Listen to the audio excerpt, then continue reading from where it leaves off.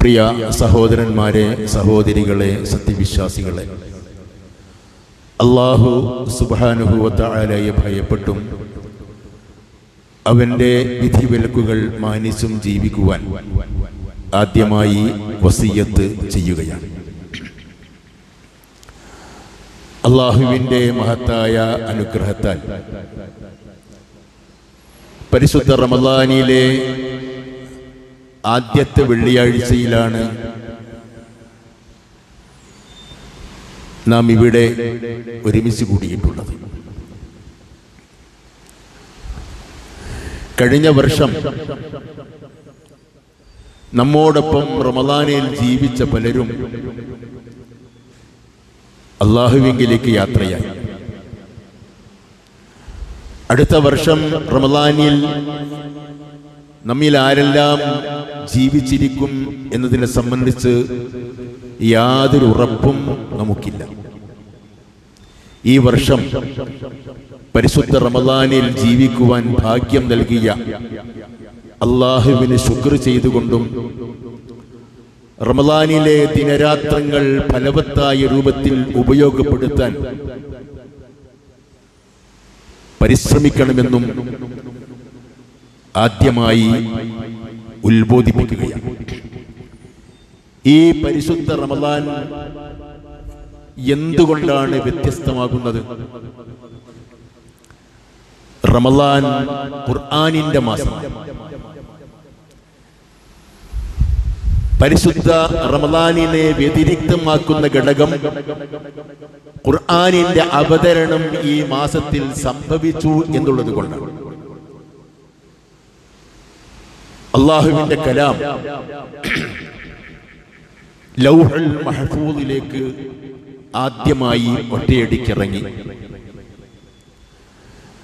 അതിനുശേഷം ലൗഹുൽ മഹ്ഫൂദിൽ നിന്നും ഈ പ്രപഞ്ചത്തോട് ഏറ്റവും അടുത്ത് നിൽക്കുന്ന ബൈത്തുൽ ഇസ്സയിലേക്ക് അല്ലാഹുവിന്റെ വചനങ്ങൾ ഇറങ്ങി. ഇന്നാ അൻസൽനാഹു ഫീ ലൈലത്തിൽ ഖദ്ർ. ലൈലത്തുൽ ഖദ്റിലാകുന്നു നാം അതിറക്കിയിട്ടുള്ളത് എന്ന പരാമർശം ഈ അവതരണത്തെ സംബന്ധിച്ചാണ്. ഇന്നാ അൻസൽനാഹു ഫീ ലൈലത്തിൻ മുബാറക. അനുഗ്രഹീതമായ രാവിലാകുന്നു നാം ഈ ഖുർആൻ അവതരിപ്പിച്ചിട്ടുള്ളത്. റമളാൻ മാസത്തിലാണ്. അതിനുശേഷം നബി സല്ലല്ലാഹു അലൈഹി വസല്ലമയുടെ 23 കൊല്ലക്കാലം നീണ്ട പ്രവാചകത്വ ജീവിത കാലയളവിനുള്ളിൽ അല്ലാഹു സുബ്ഹാനഹു വ തആല ഇറക്കിക്കൊടുത്ത വചനങ്ങൾ വ ഇന്നഹു ലതൻസീലു റബ്ബിൽ ആലമീൻ. പ്രപഞ്ചനാഥനായ അല്ലാഹു അവതരിപ്പിച്ച ഗ്രന്ഥമാകുന്നു ഇത്. നസല ബിഹിർ റൂഹുൽ അമീൻ. നസല ബിഹിർ റൂഹുൽ അമീൻ. റൂഹുൽ അമീനായ ജിബ്രീൽ അലൈഹിസ്സലാം ഈ വചനങ്ങളുമായി നബി സല്ലല്ലാഹു അലൈഹി വസല്ലം തിരുമേനിയിൽ ഇറങ്ങി. അലാ ഖൽബിക്, നിന്റെ ഹൃദയത്തിലായിരുന്നു ആ ഇറക്കം സംഭവിച്ചത്. ലിതകൂന മിനൽ മുൻദിരീൻ, അല്ലാഹുവിന്റെ സന്തോഷ വാർത്ത അറിയിക്കുന്നവനും താക്കീത് നൽകുന്നവനുമായ പ്രവാചകനായി നിന്നെ നിയോഗിച്ചതിന്റെ പേരിൽ ജനങ്ങൾക്കുള്ള മുന്നറിയിപ്പ് കൊടുക്കാൻ വേണ്ടിയാകുന്നു ഈ ഖുർആനിന്റെ അവതരണം അല്ലാഹു ഈ രൂപത്തിലാക്കിയത്. ഈ പരിശുദ്ധ ഖുർആനുമായി നമ്മുടെ ബന്ധം എന്താണ്? ഈ റമളാനിലെ ദിവസത്തിൽ നമ്മുടെ മുഖ്യ ആലോചനാ വിഷയം ആവേണ്ടത് അതാണ്. സത്യവിശ്വാസികൾ ആരെന്ന് പരിശുദ്ധ ഖുർആൻ വളരെ കൃത്യമായ രൂപത്തിൽ നിർവചിച്ചിട്ടുണ്ട്. സൂറത്തുൽ അൻഫാലിന്റെ ആദ്യ ഭാഗത്ത് ഇങ്ങനെ വായിക്കാം: ഇന്നമൽ മുഅ്മിനൂൻ, സത്യവിശ്വാസികൾ എന്ന് പറഞ്ഞാൽ താഴെയുള്ള വിശേഷണങ്ങൾ ഉൾക്കൊണ്ടവർ മാത്രമാണ്. അല്ലദീന, അവരാരാണ്? ഇദാ ദുകിറല്ലാഹു വജിലത്ത് ഖുലൂബുഹും, അല്ലാഹുവിന്റെ പേര് കേൾക്കുമ്പോൾ തന്നെ ഹൃദയങ്ങൾ ഭയം കൊണ്ട് ചകിതമാകും, ഭയം കൊണ്ട് വിറകൊള്ളും. അല്ലാഹു എന്ന പേര് കേൾക്കുമ്പോൾ തന്നെ നാം ആദ്യമായി പരിശോധിക്കേണ്ടത് അല്ലാഹു എന്ന വചനം വാക്ക് കേൾക്കുമ്പോൾ നമ്മുടെ ഹൃദയം ഏത് രൂപത്തിൽ പ്രതികരിക്കുന്നു. നമ്മുടെ ഹൃദയത്തിൽ അത് സാരമായ മാറ്റങ്ങൾ ഉണ്ടാക്കുന്നുണ്ടോ? അള്ളാഹുവിനെ കുറിച്ചുള്ള ചിന്തകൾ നമ്മുടെ മനസ്സിൽ അങ്കുരിപ്പിക്കുന്നുണ്ടോ? അള്ളാഹുവിനെ മഹത്വത്തെക്കുറിച്ചും അള്ളാഹുവിന്റെ പ്രതാപത്തെ സംബന്ധിച്ചുമുള്ള ഓർമ്മകൾ നമ്മുടെ ഹൃദയത്തിൽ അത് കൊണ്ടുവരുന്നുണ്ടോ എന്നിത്യാദി ആത്മപരിശോധന ഈ സന്ദർഭത്തിൽ ആവശ്യമാണ്. ഒന്നതാണ്, ഇദാ ദുക്കിറല്ലാഹു വജലത് ഖുലൂബുഹും, അല്ലാഹു എന്ന പേര് കേൾക്കുമ്പോൾ ഹൃദയങ്ങൾ വിറകൊള്ളണം. രണ്ടാമത്, വഇദാ തുലിയത് അലൈഹിം ആയാതുഹു സാദതുഹും ഈമാനാ, അല്ലാഹുവിന്റെ വചനങ്ങൾ ഓതി കേൾപ്പിക്കപ്പെടുമ്പോൾ ഹൃദയങ്ങളിൽ വിശ്വാസം വർദ്ധിക്കണം. പരിശുദ്ധ ഖുർആനിലെ ആയത്തുകൾ എത്ര തവണ നാം കേട്ടുകൊണ്ടിരിക്കുന്നു, നമസ്കാരത്തിൽ കേൾക്കുന്നു, ഖുർആൻ പാരായണം ചെയ്യപ്പെടുമ്പോൾ കേൾക്കുന്നു, പ്രഭാഷണങ്ങളിലും വഅളുകളിലും കേട്ടുകൊണ്ടിരിക്കുന്നു. അള്ളാഹുവിന്റെ വചനങ്ങൾ ധാരാളം കേട്ടുകൊണ്ടിരിക്കുന്നു. പക്ഷേ ഈ വചനങ്ങൾ നബി സല്ലല്ലാഹു അലൈഹി വസല്ലം തിരുമേനിയുടെ അനുയായികൾ കേട്ട രൂപത്തിൽ ശ്രവിക്കാൻ എനിക്കും നിങ്ങൾക്കും സാധിക്കുന്നുണ്ടോ? അതാണ് ഒന്നാമത്തെ ചോദ്യം. ഉമർ റളിയല്ലാഹു അൻഹു തന്നെ കുറിച്ച് പറഞ്ഞത്, സൂറത്തുൽ ബഖറ എന്ന് പറയുന്ന അധ്യായം പഠിക്കാൻ 8 കൊല്ലം എടുത്തു ഞാൻ. അതിലെ ആജ്ഞകൾ, നിരോധങ്ങൾ, അതിലെ താക്കീതുകൾ, സന്തോഷ വാർത്തകൾ, അങ്ങനെ തുടങ്ങി പരിശുദ്ധ ഖുർആനിലൂടെ സഞ്ചരിക്കാനും ജീവിതം ഇസ്ലാമികവൽക്കരിക്കുവാനും 8 കൊല്ലം എടുത്തു എനിക്ക്. അങ്ങനെ പരിശുദ്ധ ഖുർആനിലെ സൂറത്തുൽ ബഖറ പഠിച്ചു കഴിഞ്ഞപ്പോൾ അള്ളാഹുവിനുള്ള നന്ദി പ്രകടനം എന്ന രൂപത്തിൽ ഒരൊട്ടകത്തെ അറുത്ത് അദ്ദേഹം ദാനം ചെയ്തു എന്നാണ് ചരിത്രം. എത്ര തവണ സൂറത്തുൽ ബഖറ ഞാനും നിങ്ങളും ഓതി, എത്ര നമസ്കാരങ്ങളിൽ നാം അത് കേട്ടു. ഏതെങ്കിലും രൂപത്തിൽ ഒരു ഈമാനിന്റെ വർധനവ് നമുക്കുണ്ടായിട്ടുണ്ടോ? പരിശുദ്ധ ഖുർആൻ 4 രൂപത്തിൽ നമ്മിൽ പ്രവർത്തിക്കണം. ഒന്ന്, പരിശുദ്ധ ഖുർആൻ നമ്മുടെ ജീവിതത്തെ തൊടണം, സ്പർശിക്കണം. ദൈനംദിന ജീവിതത്തിൽ നമ്മുടെ ഈമാൻ അത് വർദ്ധിപ്പിക്കണം. അള്ളാഹുവിനെ കുറിച്ചുള്ള ഓർമ്മകൾ ഹൃദയത്തിൽ അധികരിപ്പിക്കണം. പരിശുദ്ധ ഖുർആനിലെ ആയത്തുകൾക്കനുസരിച്ച് ജീവിതം ശുദ്ധീകരിക്കണം. ഏറ്റവും ഒടുവിൽ പരിശുദ്ധ ഖുർആൻ നമ്മിൽ പ്രതീക്ഷകൾ വളർത്തണം. അള്ളാഹുമായുള്ള ബന്ധം ശക്തിപ്പെടും തോറും അള്ളാഹു എന്റെ കാര്യങ്ങൾ ശ്രദ്ധിക്കുമെന്ന ആശയോടുകൂടിയായിരിക്കണം നാം ജീവിക്കേണ്ടത്. ഈ തലങ്ങളിൽ ഖുർആൻ നമുക്ക് സഹായകമാകുന്നുണ്ടോ? അതാണ് ഒരു ചോദ്യം. ഒരിക്കൽ നബി സല്ലല്ലാഹു അലൈഹി വസല്ലം തിരുമേനി സഹാബിമാരെല്ലാവരും ഇരിക്കുന്ന സദസ്സിലേക്ക് ഇറങ്ങി വന്നുകൊണ്ട് പറയുകയാണ്, തുറമുദ് ചെയ്ത റിപ്പോർട്ട് ചെയ്ത ഹദീസ്, അബ്ശിറു അബ്ശിറു, സന്തോഷിച്ചുകൊള്ളൂ, നിങ്ങൾ സന്തോഷിച്ചുകൊള്ളൂ. സഹാബിമാരോട് നബി തിരുമേനി പറയുന്നു, നിങ്ങൾ സന്തോഷിച്ചുകൊള്ളൂ, ആനന്ദഭരിതരായിക്കൊള്ളൂ. നിങ്ങൾ എന്താണ്? അലൈസ തശ്ഹദൂന അൻ ലാ ഇലാഹ ഇല്ലല്ലാഹു വ അന്നി റസൂലുള്ളാഹ്,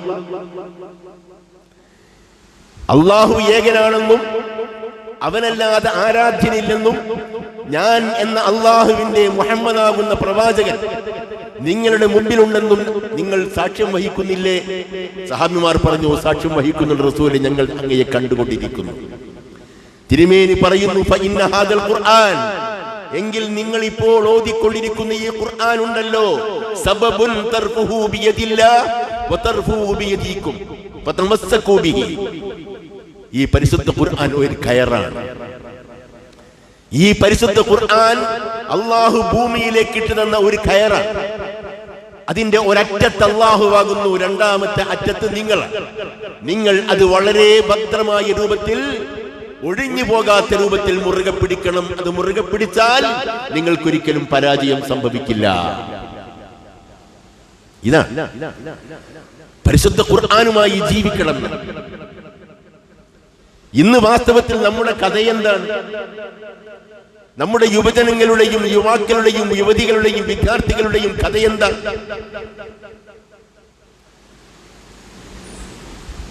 മാതാപിതാക്കന്മാർക്ക് ഒരു കാലഘട്ടത്തിൽ പ്രിയപ്പെട്ട മകൻ, ഒരു ഉമ്മയുടെ വയറ്റിൽ തുടിച്ച ഹൃദയം, ഒരു ഉമ്മയുടെ ഉദരത്തിൽ തുടിച്ചുകൊണ്ടിരുന്ന ജീവൻ ആ ഉമ്മയെ ചുറ്റിയ കൊണ്ടടിച്ചു കൊല്ലുന്ന അവസ്ഥയിലെത്തിയിരിക്കുന്നു. കുടുംബത്തിലുള്ള 5 പേരെയും നിർദ്ദയം ആ കുട്ടി വധിച്ചിരിക്കുന്നു. കോഴിക്കോടിനടുത്ത പ്രദേശത്ത് ഉമ്മയെ കടുത്തറുത്ത് കൊന്നിരിക്കുന്നു ഒരു ചെറുപ്പക്കാരൻ. നബി സല്ലല്ലാഹു അലൈഹി വസല്ലം തിരുമേനി ഞാനും നിങ്ങളും ജീവിച്ചു കൊണ്ടിരിക്കുന്ന കാലഘട്ടത്തെ കുറിച്ചൊരു പ്രവചനം നടത്തിയിട്ടുണ്ട്. എന്താണ് പ്രവചനം?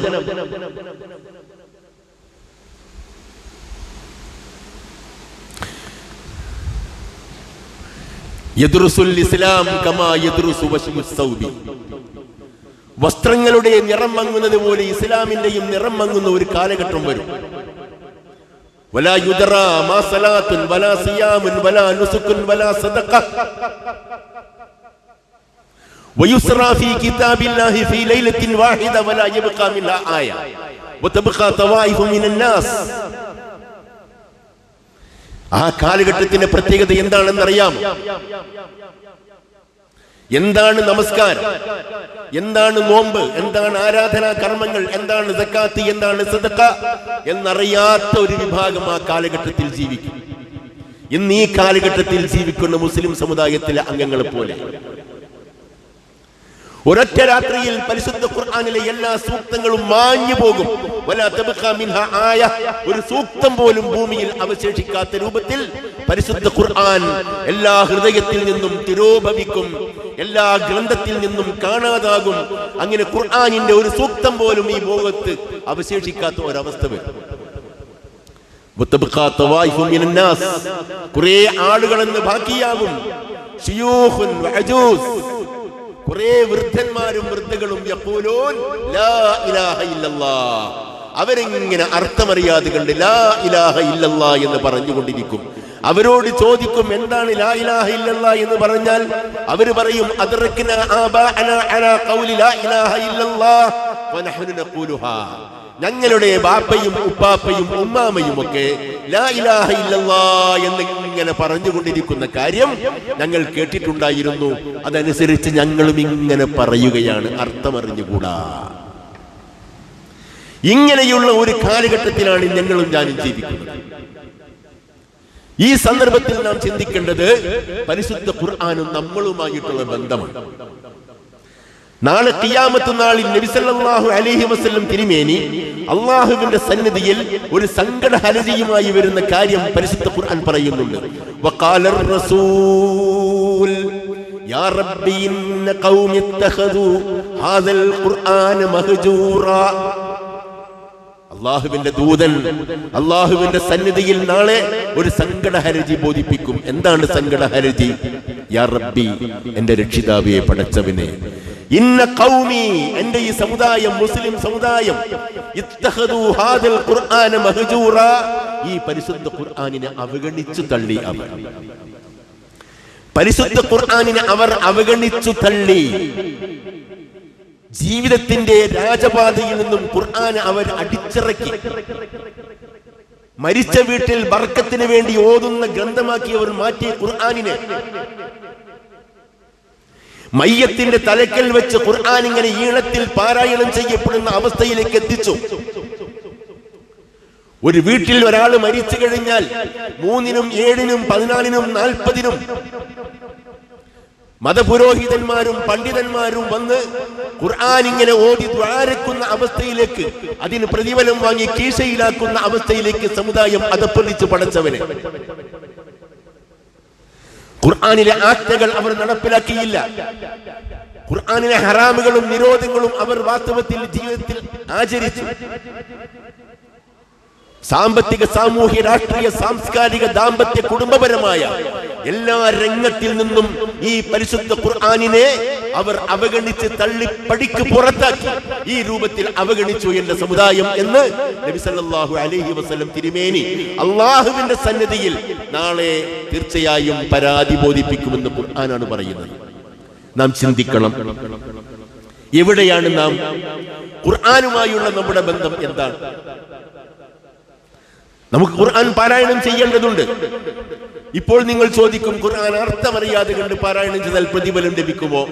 തീർച്ചയായും ലഭിക്കും എന്ന് തന്നെയാണ് നമ്മുടെ മറുപടി. പരിശുദ്ധ ഖുർആൻ തീർച്ചയായും ബർക്കത്തിനുപരി വരും. നമ്മുടെ ജീവിതം അതാണ്. വനുനസ്സിലു മിനൽ ഖുർആനി മാ ഹുവ ശിഫാഉൻ വറഹ്മത്തുൽ ലിൽ മുഅ്മിനീൻ. ഹൃദയത്തിലുള്ള മുഴുവൻ അസ്വസ്ഥതകൾക്കും പിരിമുറുക്കങ്ങൾക്കും ശമനമാകുന്ന ഖുർആൻ നാം ഇറക്കിക്കൊണ്ടിരിക്കുന്നു. ശമനൌഷധമാകുന്നു അത്. സത്യവിശ്വാസികൾക്ക് കാരുണ്യമാകുന്നു അത്. ലോക ജനതയ്ക്ക് മാർഗദർശനമാകുന്നു അത്. നിങ്ങൾ അറിയണം, ഈ ഖുർആൻ ആ രൂപത്തിലാണ് മാറ്റങ്ങൾ വരുത്തിയത്. ഈ ഖുർആനായിരുന്നു നബി സല്ലല്ലാഹു അലൈഹി വസല്ലം തിരുമേനി. ഒരിക്കൽ ആയിഷ റളിയല്ലാഹു അൻഹായോട് സഹാബികൾ ചോദിച്ചു, നബി സല്ലല്ലാഹു അലൈഹി വസല്ലം തിരുമേനിയുടെ സ്വഭാവം എന്തായിരുന്നു? ആയിഷ റളിയല്ലാഹു അൻഹ പറയുന്നു, നബി സല്ലല്ലാഹു അലൈഹി വസല്ലം തിരുമേനി കാന ഖുലുഖുഹു അൽ ഖുർആൻ. കാന ഖുലുഖുഹു അൽ ഖുർആൻ. നബിയുടെ സംസ്കാരവും നബിയുടെ സ്വഭാവവും ഖുർആനായിരുന്നു. സഞ്ചരിക്കുന്ന ഖുർആനായിരുന്നു റസൂൽ.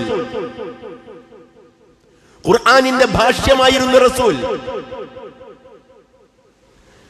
തെരുവിൽ കൂടി നടക്കുന്ന ഖുർആനായിരുന്നു റസൂൽ. കുടുംബത്തിൽ ജീവിച്ച ഗ്രന്ഥമായിരുന്നു നബി സല്ലല്ലാഹു അലൈഹി വസല്ലമയെ സംബന്ധിച്ചിടത്തോളം ഖുർആൻ. ഖുർആനിന് ഭിന്നമായ ഒരു അവസ്ഥയും തിരുമേനിക്കുണ്ടായിരുന്നില്ല. നിങ്ങളിത് പാരായണം ചെയ്യും. ഒരു ദിവസത്തിൽ കുറഞ്ഞ സമയമെങ്കിലും ഖുർആൻ നിങ്ങൾക്ക് മാർഗദർശകമാവട്ടെ, വെളിച്ചമാവട്ടെ. നബി തിരുമേനി പറഞ്ഞില്ലേ, പരിശുദ്ധ ഖുർആനിന്റെ ഒന്നുമില്ലാത്ത ഹൃദയങ്ങൾ ആൾപ്പാർപ്പില്ലാത്ത ഭവനം പോലെയാണ്. ആൾപ്പാർപ്പില്ലാത്ത ഭവനം എങ്ങനെയാണ്? 2 ദിവസം വീടടച്ചിട്ട് ആളുകൾ പുറത്തുപോയാൽ, കുടുംബനാഥനോ കുടുംബനാഥയോ പുറത്തുപോയി തിരിച്ചു വന്നാൽ വീട്ടിൽ എന്തൊക്കെ ഉണ്ടാവും? ചതിലുണ്ടാവും, കൂറയും പാറ്റകളും ഉണ്ടാവും, ചിലന്തിയുണ്ടാവും. വീട് ഉപയോഗയോഗ്യമല്ലാത്ത രൂപത്തിൽ അഴുക്കുകളും മാലിന്യങ്ങളും ഉണ്ടാവും, പൊടി പിടിച്ചേക്കും. ഉപയോഗയോഗ്യമല്ലാത്ത വീട്ടിന്റെ കഥയാകുന്നു അത്, ആൾപ്പാർപ്പില്ലാത്ത ഭവനം. ഇതേപോലെ തന്നെ ഹൃദയത്തിൽ പരിശുദ്ധ ഖുർആൻ ഇല്ലാത്ത ആളുകൾ ആൾപ്പാർപ്പില്ലാത്ത ഭവനം പോലെയാകുന്നു അവരുടെ കാര്യം. അവർക്ക് വെളിച്ചമില്ല, അവർക്ക് ഹിദായത്തില്ല, അവർ അന്ധകാരത്തിൽ ജീവിക്കും. അള്ളാഹുവിന്റെ സന്മാർഗം അവർക്ക് ലഭിക്കുന്നില്ല. അള്ളാഹു കൊടുക്കുന്ന ശമനൌഷധം ആസ്വദിക്കാൻ അവർക്ക് സാധിക്കുന്നില്ല. അഫലാ യതദബ്ബറൂനൽ ഖുർആൻ അം അലാ ഖുലൂബിൻ അഖ്ഫാലുഹാ. ഖുർആൻ ചോദിക്കുകയാണ്, വല്ലദീ യഖറഉൽ ഖുർആന വയതഅതഉ ഫീഹി ലഹു അജ്റാൻ. ഖുർആൻ വളരെ പ്രയാസപ്പെട്ട് തപ്പിത്തടഞ്ഞോടുന്ന ആൾക്കാരുണ്ട്, നമ്മുടെ പ്രായമുള്ള പണ്ടത്തെ ആൾക്കാരൊക്കെ. റസൂല് പറയാണ് അവർക്ക് 2 പ്രതിഫലമുണ്ട്. എന്താ 2 പ്രതിഫലം? ഒന്ന് ഖുർആൻ ഓതുന്നതിന്റെ പ്രതിഫലം, 2 പ്രയാസപ്പെട്ടും ആ ഖുർആനിനോട് വൈകാരികമായ ബന്ധം സ്ഥാപിച്ചതിന്റെ പ്രതിഫലം അള്ളാഹു കൊടുക്കും, സംശയമില്ല. എത്രത്തോളം എന്നാൽ നബി തിരുമേനി പറയാണ്, നിങ്ങൾ ഖുർആൻ ഓതിക്കഴിഞ്ഞാൽ ഓരോ അക്ഷരത്തിനും പ്രതിഫലമുണ്ട്. അലിഫ് ലാം മീം എന്ന് പറഞ്ഞാൽ അത് ഒരു അക്ഷരം, ഒരു പദമായിട്ടല്ല അള്ളാഹ് എടുക്കുക. അലിഫിന് വേറെ, ലാമിന് വേറെ, മീമിന് വേറെ പ്രതിഫലം അള്ളാഹു കൊടുക്കുമെന്നർത്ഥം. ഇത് ഞാൻ പറയട്ടെ, അറബി അർത്ഥമറിയാതെ ഓതുന്ന ആൾക്കാർക്കുള്ള അവസ്ഥയാണ്. അതിന്റെ ആശയം ഗ്രഹിക്കാൻ ബാധ്യസ്ഥരല്ലേന്ന. അറബിയിൽ നമുക്കൊരു സന്ദേശം ലഭിക്കുന്നു. വിദേശത്ത് നിന്നും അറബി ഭാഷയിൽ ഒരു വിസയുടെ കോപ്പി ലഭിക്കുന്നു. അതിലെ സന്ദേശം പൂർണ്ണമായി വളരെ സത്യസന്ധമായി അറിയാൻ എത്ര പേരും പണ്ഡിതന്മാരെ നമ്മൾ സമീപിക്കും.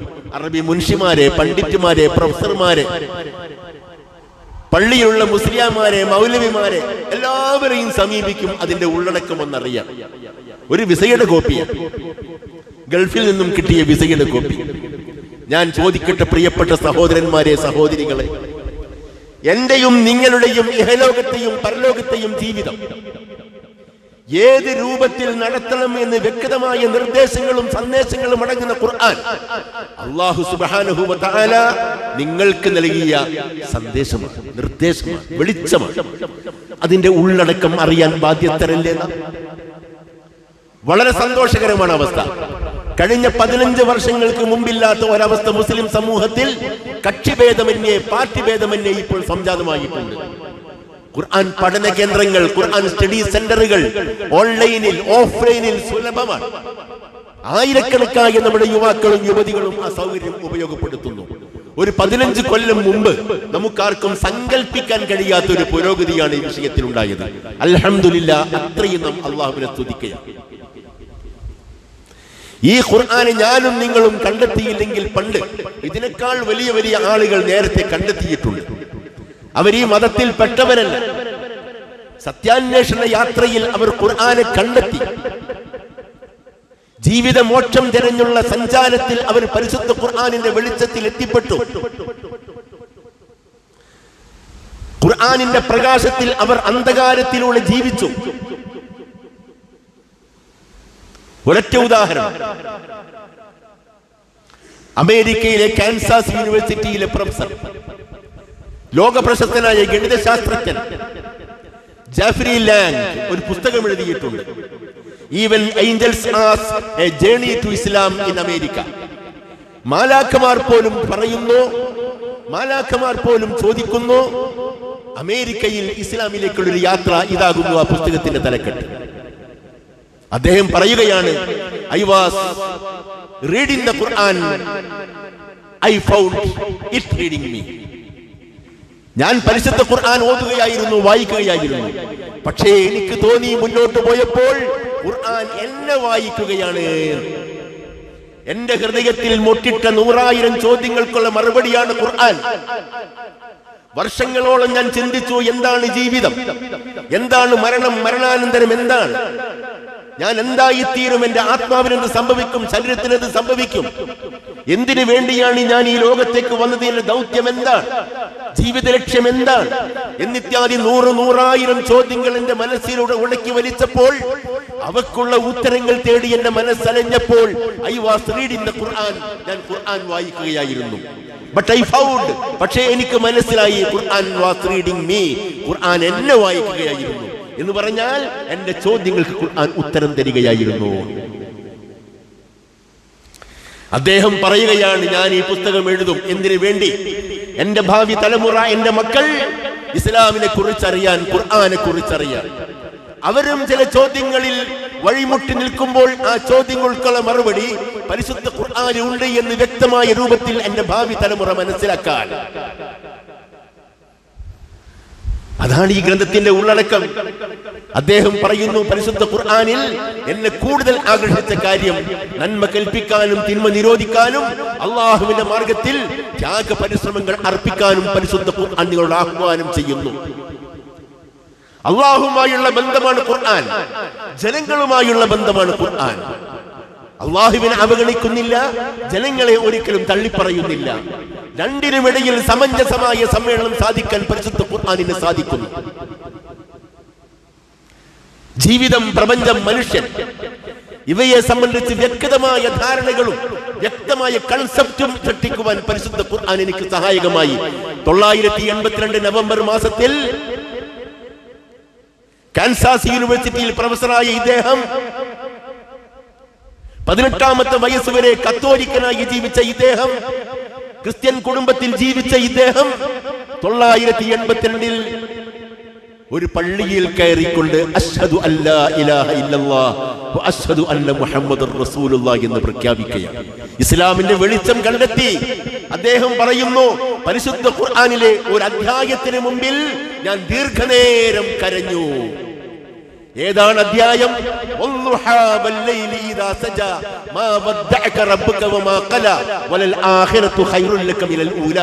എന്ന് പറയുന്ന നബി സല്ലല്ലാഹു അലൈഹി വസല്ലമയെ അനാഥമായ അവസ്ഥയിൽ സമാശ്വസിപ്പിക്കുന്ന പരിശുദ്ധ ഖുർആനിലെ വചനങ്ങൾ എന്റെ ഹൃദയത്തെ ആർദ്രമാക്കി, എന്റെ മനസ്സിനെ തരളിതമാക്കി, എന്റെ കണ്ണീരിനെ തീർച്ചയായും ഒഴുക്കിക്കൊണ്ടിരുന്നു എന്ന് അദ്ദേഹം തപ്ത ഹൃദയനായി കൊണ്ട് പറയുകയാണ്. പരിശുദ്ധ ഖുർആൻ അദ്ദേഹം കണ്ടെത്തി. 18 വയസ്സ് വരെ കത്തോലിക്കനായി ജീവിച്ച ആ മനുഷ്യൻ ഇസ്ലാമിന്റെ വെളിച്ചം കണ്ട് ഖുർആനിലേക്ക് വന്നു. 1980കളിൽ ഞാൻ കുവൈത്തിലായിരുന്നപ്പോൾ ഉണ്ടായ അനുഭവം നിങ്ങളോട് പങ്കുവെക്കുകയാണ്.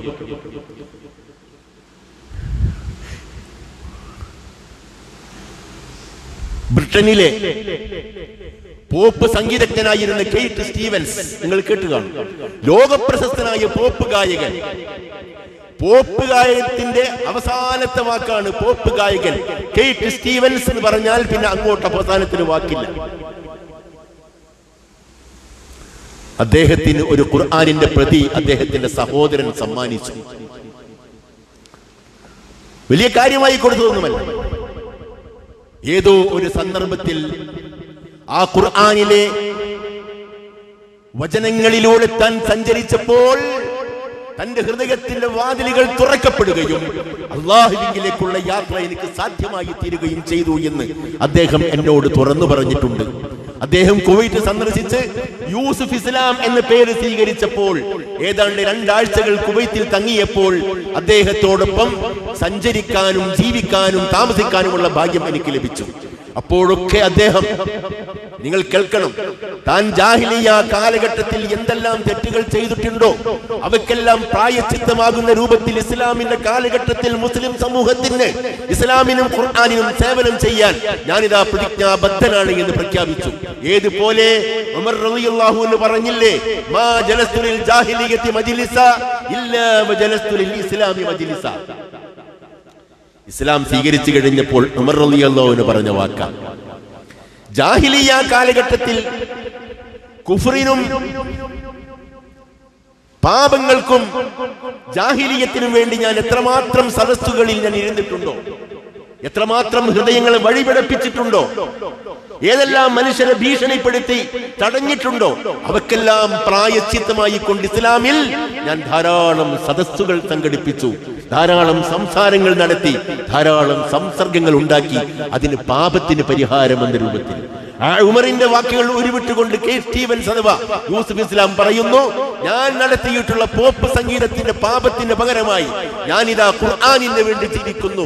കുട്ടികൾക്ക് ഖുർആൻ ഈണത്തിൽ പഠിപ്പിക്കാനും ഖുർആനിന്റെ സന്ദേശം അവരെ ഗ്രഹിപ്പിക്കുവാനും ആവശ്യമായ സംവിധാനങ്ങൾ ഞാൻ ചെയ്തുകൊണ്ടിരിക്കുന്നു എന്ന് അദ്ദേഹം പറയുകയുണ്ടായി.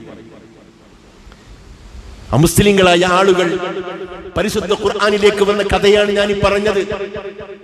മുസ്ലിം ഗ്രഹങ്ങളിൽ മുസ്ലിം മാതാപിതാക്കന്മാരുടെ മക്കളായി ജീവിക്കുന്ന ഞാനും നിങ്ങളും ഖുർആനുമായുള്ള ബന്ധം എത്രത്തോളം സജീവമാണ് നമുക്ക് ചിന്തിക്കണം.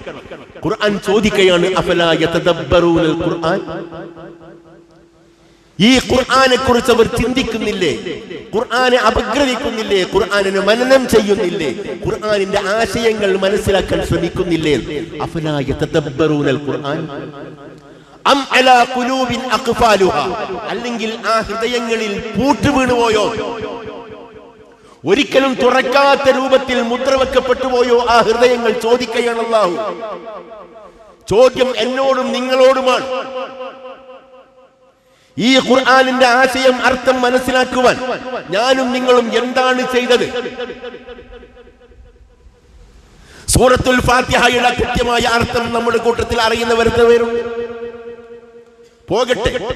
നാം ദിനേന എന്നോണം ചെറിയ നമസ്കാരങ്ങളിൽ ജഹറായും സിറായും ഓതിക്കൊണ്ടിരിക്കുന്ന സൂക്തങ്ങൾ, ചെറിയ ചെറിയ അധ്യായങ്ങൾ, അവയുടെ അർത്ഥം നമ്മൾ എത്ര പേർക്കറിയാം?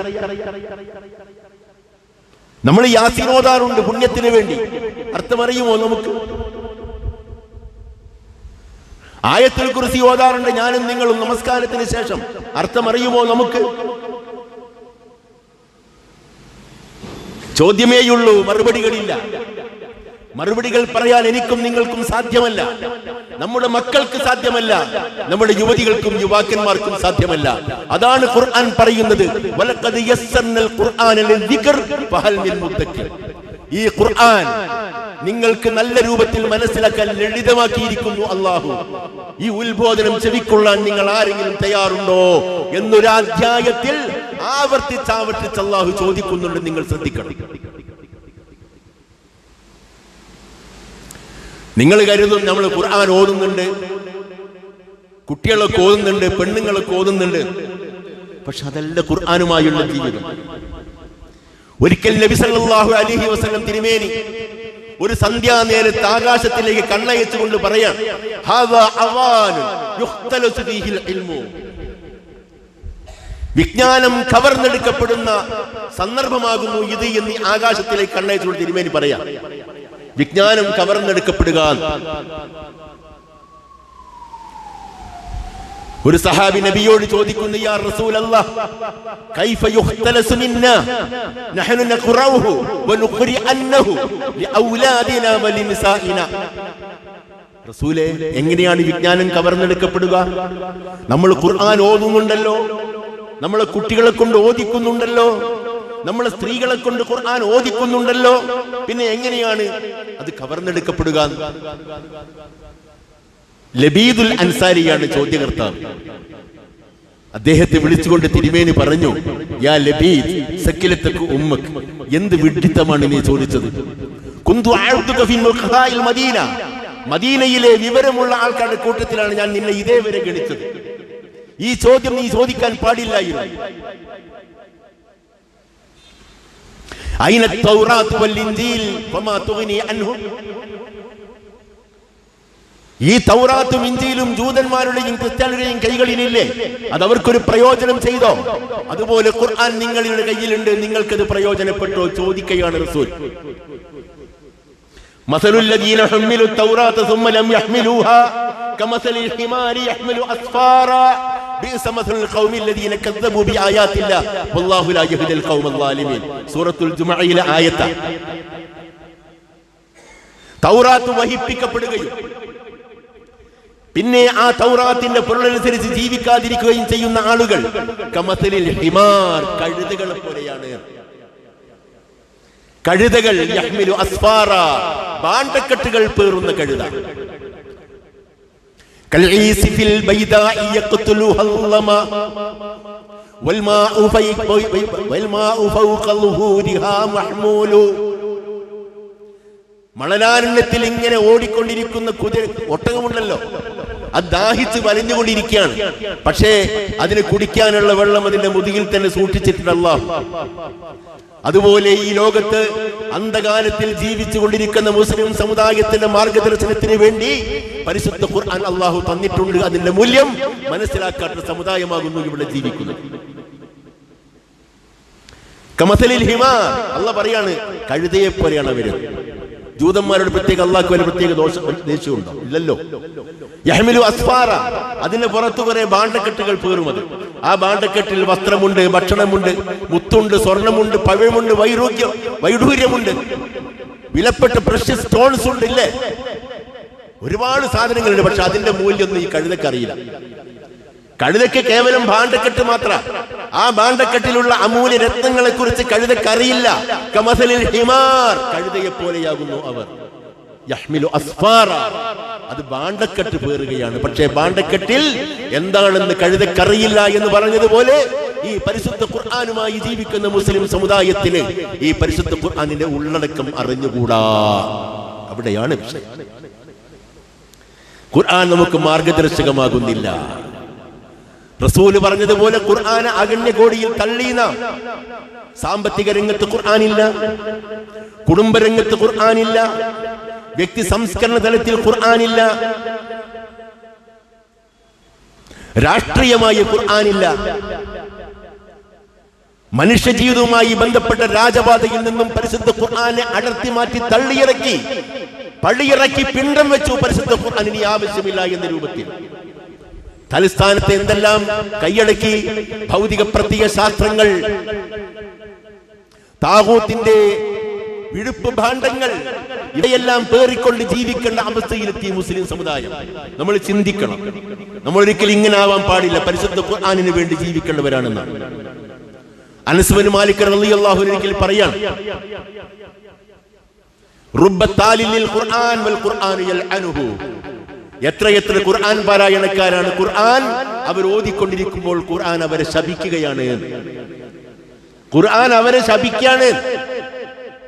നിങ്ങൾ ആർത്ത് നോക്കൂ, ശരിയല്ലേ? പരിശുദ്ധ ഖുർആനിലെ ഓരോ അധ്യാപനങ്ങളും, പലിശ വാങ്ങുന്ന ഹാജിയാര്, പലിശക്ക് കൊടുക്കുന്ന ഹാജിയാര്, അയാൾ ഖുർആൻ ഓതുകയാണ്.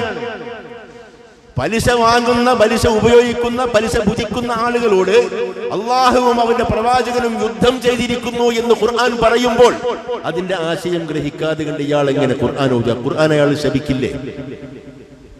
നമസ്കാരത്തിന്റെ പ്രാധാന്യം ഖുർആൻ പറയുന്നു. നമസ്കരിക്കാത്തവൻ ഖുർആൻ ഓതുമ്പോൾ ഖുർആൻ അവനെ ശപിക്കില്ലേ? കുടുംബ ബന്ധത്തിൽ മാതാപിതാക്കന്മാരോട്, മക്കളോട്, ഭാര്യയോട്, ഭർത്താവിനോട്, അയൽവാസികളോട്, ബന്ധുജനങ്ങളോട്, അവരോടെല്ലാമുള്ള പെരുമാറ്റത്തിന്റെ കാര്യത്തിൽ വ്യക്തമായ നിർദ്ദേശങ്ങൾ പരിശുദ്ധ ഖുർആൻ മുമ്പിൽ വെക്കുമ്പോൾ അതൊന്നും പാലിക്കാതെ കണ്ട് ജീവിക്കുന്ന ആൾക്കാരുടെ കാര്യത്തിൽ പരിശുദ്ധ ഖുർആൻ അവർ ശപിക്കില്ലേ? തീർച്ചയായും നാം മനസ്സിലാക്കണം, ശപിച്ചുകൊണ്ടിരിക്കും. നമ്മൾ ഖുർആനുമായുള്ളൊരു ബന്ധം സ്ഥാപിക്കാൻ ഈ പരിശുദ്ധ റമദാൻ തിരഞ്ഞെടുക്കണം. ഒരു വസിയ്യത്ത്. ഈ റമദാൻ അങ്ങോട്ട് കഴിയുമ്പോൾ ഒരു 5 സൂറത്തെങ്കിലും ചെറുത് കാണാതെ പഠിക്കാൻ, അർത്ഥം ഗ്രഹിക്കാൻ എനിക്ക് സാധിച്ചു എന്ന് ഓരോരുത്തർക്കും മനസ്സമാധാനത്തോടു കൂടി ആലോചിക്കാൻ കഴിയണം. ശവ്വാൽ മാസം പിറക്കുമ്പോൾ റമദാനിൽ ഖുർആനിൽ നിന്ന് എന്ത് സമ്പാദിക്കാൻ കഴിഞ്ഞു എന്നുള്ള ചോദ്യത്തിന് മറുപടി കണ്ടെത്തണം. ഒരു 5 സൂറത്തെങ്കിലും എന്റെ പ്രിയപ്പെട്ട സഹോദരന്മാരോടും സഹോദരികളോടും പറയാം. അധികം വേണം. സബ്ബിഹിസ്മ റബ്ബിക്കൽ അഅ്ലയുടെ താഴോട്ടുള്ള ചെറിയ ചെറിയ സൂറത്തുണ്ടല്ലോ, സൂറത്തുൻ നാസ് മുതൽ അതുവരെയുള്ള ചെറിയ ചെറിയ സൂറത്തുകളിൽ 5 എണ്ണം തിരഞ്ഞെടുക്കുക. അത് കാണാതെ പഠിക്കുക, അതിന്റെ അർത്ഥം ഗ്രഹിക്കുക, നന്നായിട്ട് പാരായണം ചെയ്യുക. സ്വന്തം അറിഞ്ഞുകൂടെങ്കിൽ യൂട്യൂബ് തുറക്കുക. ഒരുപാട് നല്ല നല്ല കാര്യങ്ങളുണ്ട്. അവരുടെ ഖിറാഅത്തിനോടൊപ്പം നിങ്ങൾ ഓതിക്കൊള്ളൂ. നമ്മളൊക്കെ എന്താ ചെയ്യാന്നറിയും? നമ്മുടെ വീട്ടിൽ നമ്മൾ നമ്മുടെ വ്യക്തിപരമായ ഇതിനെ കാര്യങ്ങൾ ഇങ്ങനെ ചെയ്തുകൊണ്ടിരിക്കുമ്പോൾ ഈ പറയുന്ന യൂട്യൂബ് തുറക്കും. അബ്ദുൽ ബാസിത്ത്, അബ്ദുൽ സമദ്, ഷെയ്ഖ് സുദൈ, ഷെയ്ഖ് ഹുദൈഫി തുടങ്ങിയിട്ടുള്ള വിസ്തൃതരായ ഖുർആൻ പാരായണ വിദഗ്ധരുണ്ട്. 20ഉം 21ഉം നൂറ്റാണ്ടുകളിൽ പരിശുദ്ധ ഖുർആനെ ശ്രുതി മധുരമായി ഓതിയ ആളുകൾ. അത് കേട്ടുകൊണ്ട് നിങ്ങൾ പണികൾ ചെയ്യൂ. വീട്ടിലെ സ്ത്രീകൾ അടുക്കളയിൽ ജോലി ചെയ്യുമ്പോൾ ഖുർആനിലെ ആ വചനങ്ങൾ കേട്ടുകൊണ്ടിരിക്കട്ടെ. അതോടൊപ്പം നിങ്ങൾ ഓതൂ. നിങ്ങൾക്ക് ഖുർആൻ പാരായണം നടത്താം, തജ്വീദ് നടത്താം, ഖുർആനിലെ ആയത്തുകൾ മനഃപ്പാഠമാക്കാം, ആയത്തുകളുടെ അർത്ഥം ഗ്രഹിക്കാം. ഇതൊക്കെ സാധ്യല്ലേ? സുമ്മല തുസ്അലുന യൗമഇദിൻ അനിൻ നഈം. സമ്പത്തിനെ പറ്റി മാത്രമല്ല ചോദിക്കുന്ന നാളെ പരലോകത്തിൽ. ഈ ഒരൊറ്റ വിരൽത്തുമ്പിൽ വിജ്ഞാനത്തിന്റെ മഹാപ്രപഞ്ചം നിങ്ങൾക്ക് മുമ്പിൽ തുറക്കപ്പെടുന്ന മഹത്തായ അനുഗ്രഹമുണ്ടല്ലോ. ആ അനുഗ്രഹം നിങ്ങൾ എങ്ങനെ ഉപയോഗപ്പെടുത്തി എന്ന് അല്ലാഹു ചോദിക്കും. അശ്ലീല സിനിമകൾ കാണാൻ വേണ്ടിയാണോ അത് ഉപയോഗപ്പെടുത്തിയത്? വിജ്ഞാനം കരസ്ഥമാക്കാനാണോ നിങ്ങൾ ഇന്റർനെറ്റ് ഉപയോഗപ്പെടുത്തിയത്? അധാർമികതകൾ പ്രചരിപ്പിക്കാൻ വേണ്ടിയാണോ ഇന്റർനെറ്റ് ഉപയോഗപ്പെടുത്തിയത്? സംഘടിതമായ സക്കാത്ത് ഇസ്ലാമികമല്ല എന്ന ഫത്വകൾ കൊടുക്കാൻ വേണ്ടിയാണോ നിങ്ങൾ ഈ പറയുന്ന സോഷ്യൽ മീഡിയ ഉപയോഗപ്പെടുത്തിയത്? അല്ലെങ്കിൽ ഞങ്ങൾ ഇതാ അള്ളാഹുവിന്റെ സന്നിധിയിൽ ഇസ്ലാം പഠിക്കാൻ, ഖുർആൻ പഠിക്കാൻ, ഹദീസ് പഠിക്കാൻ ഞങ്ങൾ ഉപയോഗപ്പെടുത്തി ഇന്റർനെറ്റ് സൗകര്യം എന്ന് പറയാൻ എനിക്കും നിങ്ങൾക്കും അള്ളാഹുവിന്റെ ചോദ്യം വരുമ്പോൾ സാധിക്കുമോ? ചോദ്യത്തിന് മറുപടി നാമാണ് കണ്ടെത്തേണ്ടത്. ലളിതമാണ് കാര്യം. നിങ്ങൾ വിചാരിക്കുന്ന മാതിരി പ്രയാസമൊന്നുമില്ലേ? ഈ സൂറത്തുകൾ പഠിക്കുക, ഫാത്തിഹയുടെ അർത്ഥം പഠിക്കുക, ആയത്തുൽ കുർസിയുടെ അർത്ഥം പഠിക്കുക. ദിനേന എന്നോണം നാം നടത്തിക്കൊണ്ടിരിക്കുന്ന പ്രാർത്ഥനകൾ ഉണ്ടല്ലോ, ചില പ്രാർത്ഥനകൾ അതേ രൂപത്തിൽ തന്നെ നാം അറബിയിൽ പറയണം. എന്തുകൊണ്ടാ? ഈ വാതിലിന് ഒരു പൂട്ടുണ്ട്. ഇവിടുത്തെ മെയിൻ ഡോറിന് ഒരു പൂട്ടുണ്ട്. നമ്മുടെ വീട്ടിലെ മെയിൻ ഡോറിന് പൂട്ടുണ്ട്. ആ പൂട്ടിന് പറ്റുന്ന താക്കോലായിരിക്കണം ആ പൂട്ട് തുറക്കാൻ ഉപയോഗിക്കേണ്ടത്, ഏതെങ്കിലും താക്കോല് കൊണ്ടല്ല. ഇതേപോലെ അല്ലാഹു സുബ്ഹാനഹു വ തആല പ്രാർത്ഥിച്ചാൽ കേൾക്കുന്ന ചില പ്രാർത്ഥനകൾ പരിശുദ്ധ ഖുർആനിലുണ്ട്. അത് അങ്ങനെ തന്നെ പ്രാർത്ഥിക്കണം. റബ്ബനാ ആതിനാ ഫിദ് ദുനിയാ ഹസന വഫിൽ ആഖിറതി ഹസനതൻ വഖിനാ അദാബന്നാർ. ഒരു പ്രാർത്ഥനയാണ്. റബ്ബനാ ലാ തുസീ ഖുലൂബനാ ബഅദ ഇദ് ഹദൈതനാ വഹബ് ലനാ മിൻ ലദുൻക റഹ്മ ഇന്നക അൻതൽ വഹാബ്. പ്രാർത്ഥനയാണ്. ربنا هب لنا من ازواجنا وذرياتنا قرة اعين واجعلنا للمتقين اماما. പ്രാർത്ഥനയാണ്. ربي أوزعني أن أشكر نعمتك التي أنعمت علي وعلى والدي وأن أعمل صالحا ترضاه وأصلح لي في ذريتي إني تبت إليك وإني من المسلمين. പ്രാർത്ഥനയാണ്. ഇതൊക്കെ അതേ രൂപത്തിൽ തന്നെ പ്രാർത്ഥിക്കണം. മലയാളത്തിൽ പ്രാർത്ഥിക്കാം, പ്രാർത്ഥനകൾ പ്രാർത്ഥിച്ചുകൊള്ളൂ. അതേപോലെ അറബിയിൽ വാരിതായ ഇത്തരം പ്രാർത്ഥനകൾ അതേ രൂപത്തിൽ തന്നെ വാസ്തവത്തിൽ നാം പ്രാർത്ഥിക്കാൻ പഠിക്കണം. ഈ റമദാൻ കൊണ്ട് സാധിക്കേണ്ട ഒരു കാര്യമാണ് ഒരു ആക്ഷൻ പ്ലാൻ നമുക്ക് വേണം. ഒരു ആക്ഷൻ പ്ലാൻ വേണം. കല്ലാ ഇന്നഹാ തദ്കിറ ഫീ സുഹുഫിൻ മുകറമത്തിൻ മർഫൂഅത്തിൻ മുകറമ.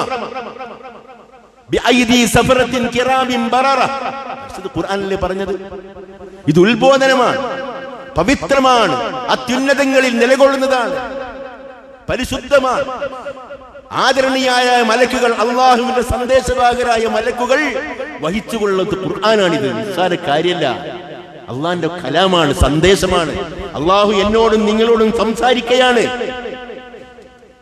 അതുകൊണ്ട് ഈ പരിശുദ്ധ റമളാനിൽ എന്റെ പ്രിയപ്പെട്ട ഈ അള്ളാഹുവിന്റെ ഭവനത്തിൽ ഒരുമിച്ച് കൂടിയിട്ടുള്ള പുരുഷന്മാരോടും സ്ത്രീകളോടും ഒരു വസിയ്യത്ത് എന്ന രൂപത്തിൽ പറയാനുള്ളത്, ഈ റമളാനിലെ ഇനിയുള്ള രാവുകളും പകലുകളും അനാവശ്യ കാര്യങ്ങൾക്ക് സമയം ചെലവഴിക്കാതെ ഈ പറയുന്ന രൂപത്തിൽ ഖുർആനുമായുള്ള ബന്ധം സ്ഥാപിക്കുക.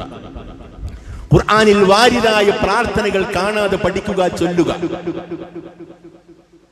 നമ്മൾ സമയം കണ്ടെത്തണം, ഇല്ലെങ്കിൽ മഹാനഷ്ടം, നഷ്ടമാണ്. അൽ മാഹിറു ബിൽ ഖുർആൻ അസ്സഫറത്തിൽ കിറാമിൽ ബററ. പരിശുദ്ധ ഖുർആൻ ഈ രൂപത്തിൽ നല്ല രൂപത്തിൽ പഠിക്കുകയും വായിക്കുകയും ഓതുകയും ചെയ്യുന്ന ആളുകൾ അവർ ആദരണീയരായ അള്ളാഹുവിന്റെ സന്ദേശവാഹകരായ അള്ളാഹുവിന്റെ അംബാസഡർമാരായ മലക്കുകൾക്കൊപ്പമാകുന്നു അവരുടെ സ്ഥാനം. ഖുർആനാ പറയുന്നത്, നബിയാണ് പറഞ്ഞത്. ഖൈറുക്കും മൻ തഅല്ലമൽ ഖുർആന വഅല്ലമഹു. നിങ്ങളിൽ ഏറ്റവും ഉത്തമനാരാ? കുറെ സമ്പത്തുള്ളവനാ, വലിയ വലിയ കാറുള്ളവനാ, കോടിക്കണക്കിൽ വിലയുള്ള വാഹനങ്ങൾ സ്വന്തമാക്കിയവനാ? അല്ല.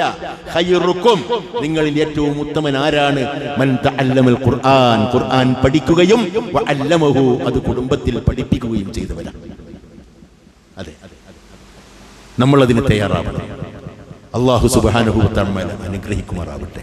നബി തിരുമേനി പറയാണ്, യുഖാലു ലി സാഹിബിൽ ഖുർആൻ, ഖുർആനിന്റെ വാഹകനായ സത്യവിശ്വാസിയോട് നാളെ പരലോകത്തിൽ പറയപ്പെടും, നീ ഖുർആൻ ഓതു, വർഖ, ഓരോ പടവും നീ കയറിക്കൊള്ളൂ, വറത്തിൽ കമാ കുന്ത തുറത്തിലു ഫിദ്ദുനിയ, ദുനിയാവിൽ നീ ഓതിക്കൊണ്ടിരുന്ന രൂപത്തിൽ തന്നെ ഇവിടെ വെച്ച് ഓതു. സ്വർഗ്ഗത്തിൽ വെച്ച് പറയാണ്, ഫഇന്ന മൻസിലതക ഇൻദ ആഖിരി ആയത്തിൻ തഖറഉഹ, നീ ഓതുന്ന അവസാനത്തെ ആയത്തിന്റെ ഒടുവിലാകുന്നു നിനക്കുള്ള സ്ഥാനം അല്ലാഹു ഒരുക്കി വെച്ചിട്ടുള്ളത്.